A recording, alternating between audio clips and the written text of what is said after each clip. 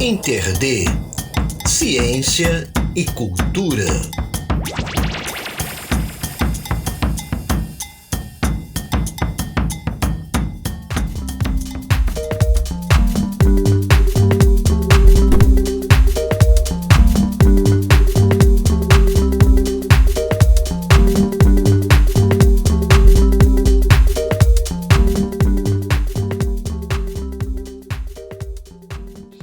Olá povo, olá pessoas, eu sou a Adeluna e você está ouvindo o InterD, Ciência e Cultura, programa veiculado na 99.9 Universitária FM do Recife, rádio vinculada à nossa Universidade Federal de Pernambuco.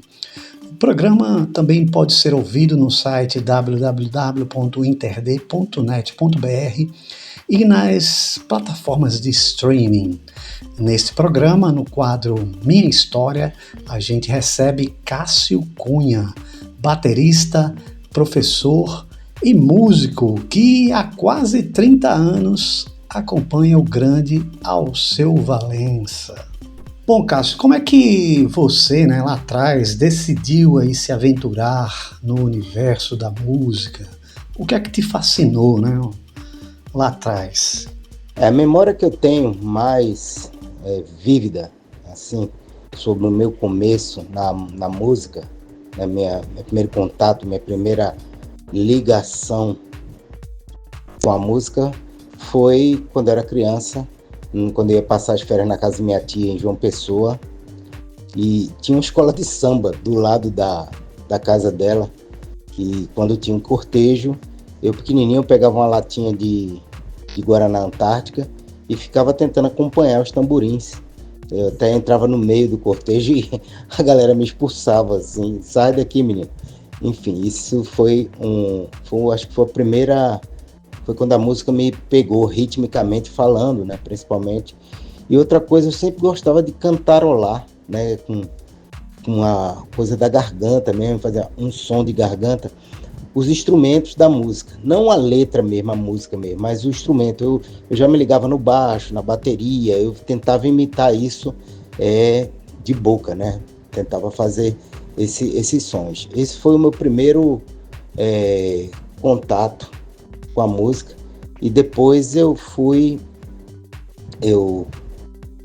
comprei um tarol, entrei na banda marcial do Colégio Salesiano, na época eu estudava no Colégio Salesiano, e entrei na banda marcial e comecei a tocar tarol lá, e aí foi quando a coisa começou a se ligar para a bateria mesmo, Comecei a criar essa conexão com a bateria, e basicamente foi isso, o começo.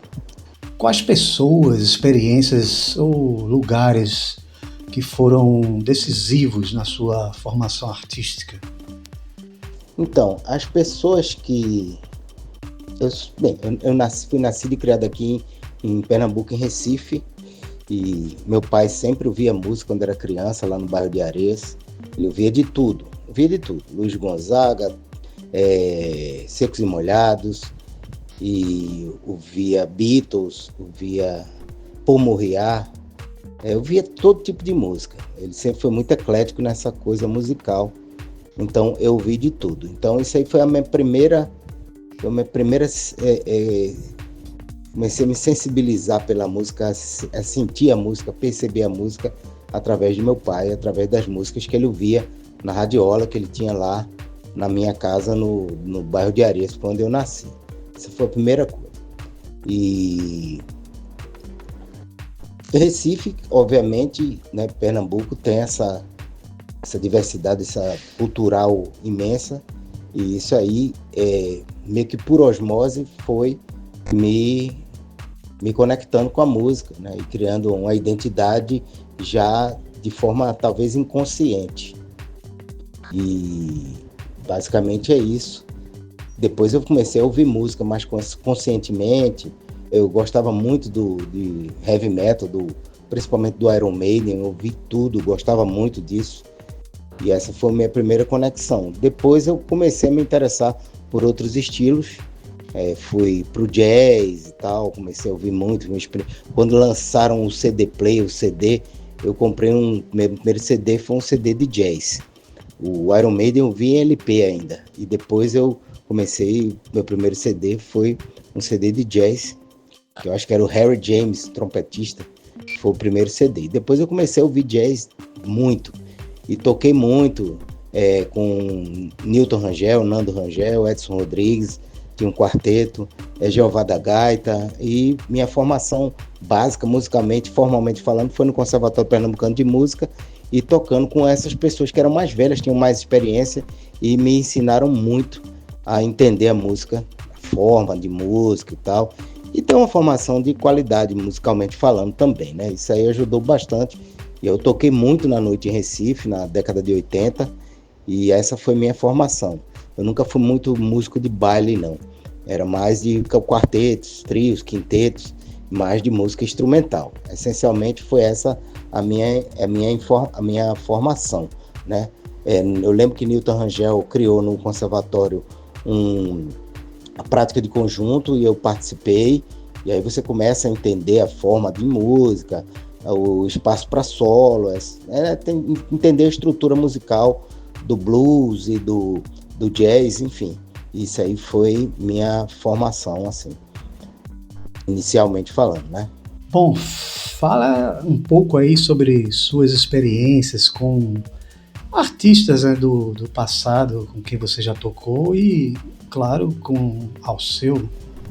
Bem, depois que eu toquei nessas formações, né, essa é a terceira pergunta, a terceira resposta, com Newton Rangel, Nando Rangel, Jeová da Gaita, com esse pessoal, eu toquei com alguns cantores aqui, e aí eu tinha uma banda com o Thales Silveira, chamada Banda Touch, que era Thales Silveira, teve uma outra com Alexandre Bicudo e Júnior Areia, né, meu primo, a gente tocava muito coisa de Chicoria, enfim, essas coisas mais fusion, instrumentais. Depois eu toquei com o Thales Silveira numa banda chamada Touch, que a gente acompanhava alguns cantores daqui de Pernambuco, Mônica Feijó e outros assim.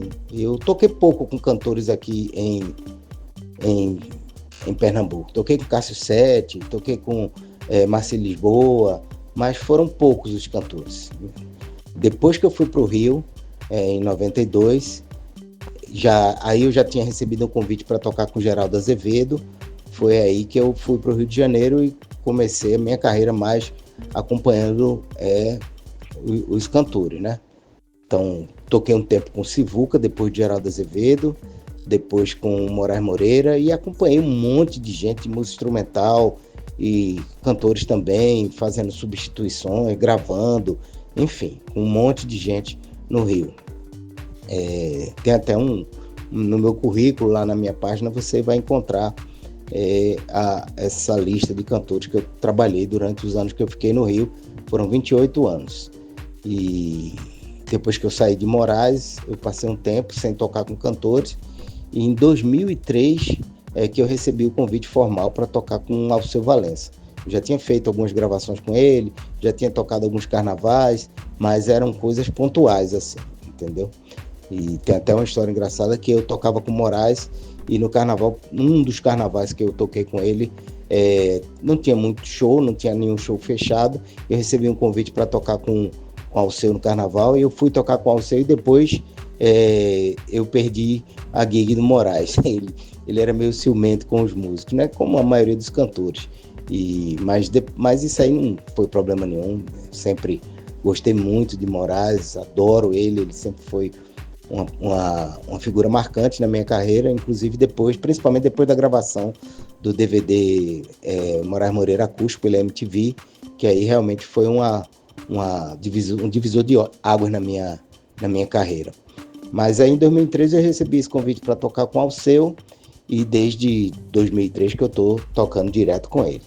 Bom, grande Cássio, fala agora aí seu lado professor, né? O que é que você busca ao repassar conhecimentos e técnicas para seus alunos?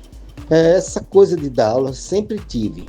Mesmo antes de ir para o Rio, eu já dava aula meio que empiricamente, né? Sem muita experiência, mas com o passar do tempo eu sempre estudei muito, sempre pesquisei bastante, e aí eu assim, sempre dei aula, né? Dei uma aula, aula há muitos anos numa escola de música chamada In Concert, lá no Rio, e depois disso eu comecei a dar aula só particular, né? E assim, sempre pesquisei muito ritmos brasileiros, isso é uma coisa importante na minha carreira. Depois que eu fui para o Rio, comecei a cair de cabeça nessa coisa dos ritmos brasileiros, que são riquíssimos e fazem parte da minha formação. Acho que hoje em dia as pessoas me conhecem mais por essa minha ligação com ritmos brasileiros. Foi resultado de muita pesquisa, enfim.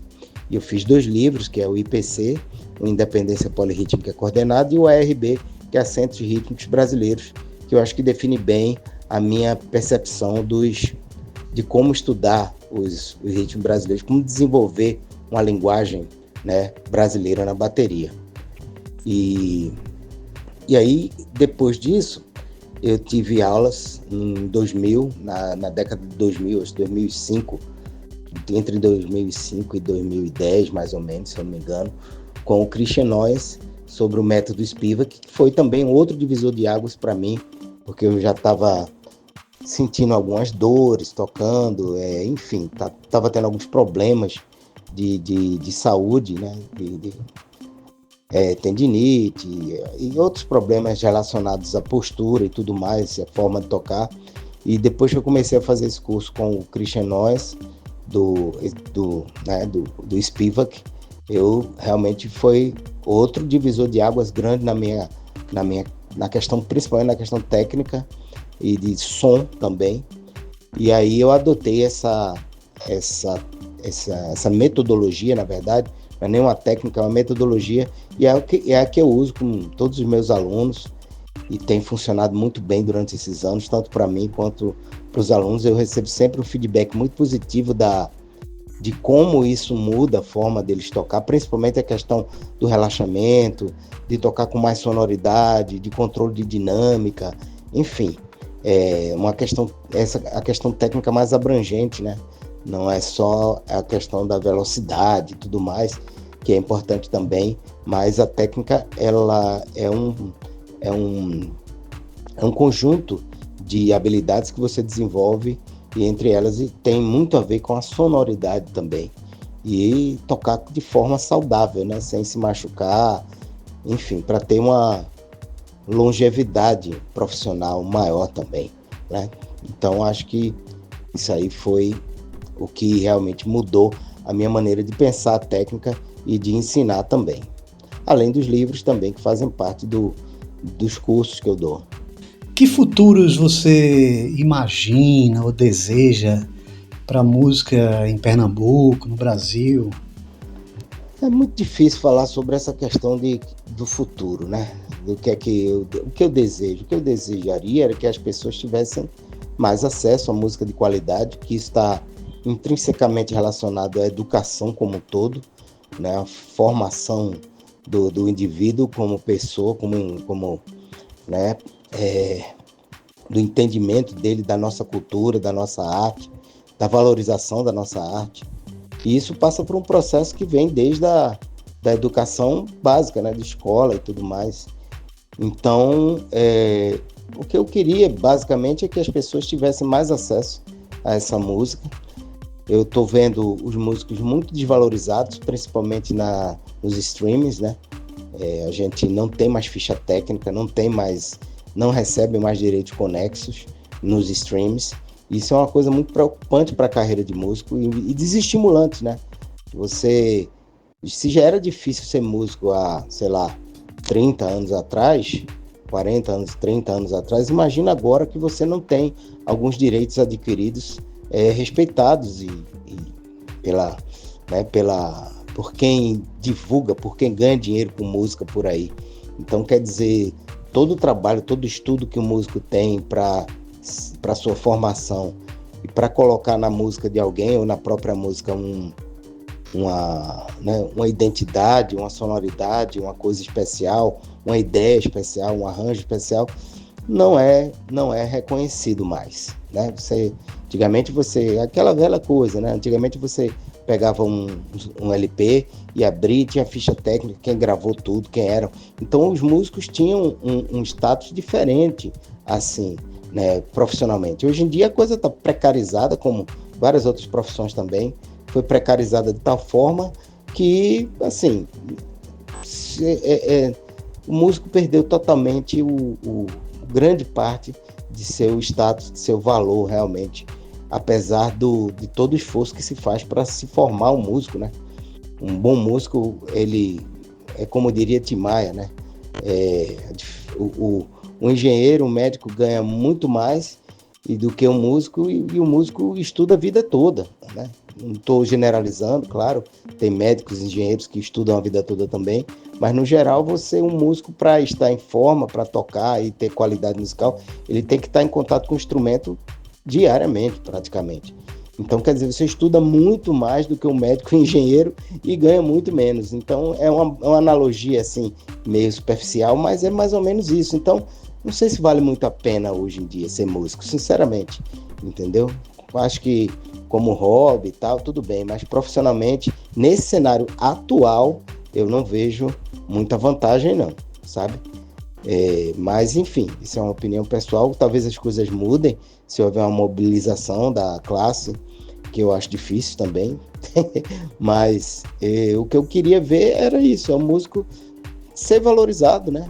Ter o seu esforço, a sua arte valorizada como outras artes são, então acho que isso que eu queria, não só para a música de Pernambuco, mas para a música do Brasil, a música como um todo, né? Ter um pouco mais de reconhecimento do seu trabalho, da sua arte, de sua contribuição para a música de terceiros, ou a sua própria música ser reconhecida, ser valorizada e ser remunerada, né? Porque senão é uma profissão que não sei se hoje em dia vale muito a pena. Pode parecer meio pessimista, mas é o que eu sinto nesse momento. Eu tenho a sorte de tocar com um artista de renome nacional, né? Então eu não posso reclamar, não tenho do que reclamar. Claro que isso também foi fruto de muita dedicação durante muitos anos e tal, mas tem muita gente que se dedica e não consegue chegar nesse ponto de ter esse privilégio de tocar com um artista que está atuante, que está, né, trabalhando bastante, enfim. Então, eu não sei o que dizer, eu não sei. Como diz a frase do Yoda, né, do Star Wars, o futuro difícil de prever porque em movimento sempre está. Então, é isso. Vamos pensar que no futuro as coisas vão ser melhores, né? Mas sem mobilização, sem uma ação mais direta, mais incisiva, mais contundente, eu acho que as coisas são bem pessimistas nesse cenário. É isso aí, super obrigado ao grande baterista e professor Cássio Cunha, que você pode acompanhar no Instagram, @CássioCunhaBR. Eu sou Adelona e você está ouvindo o InterD Ciência e Cultura.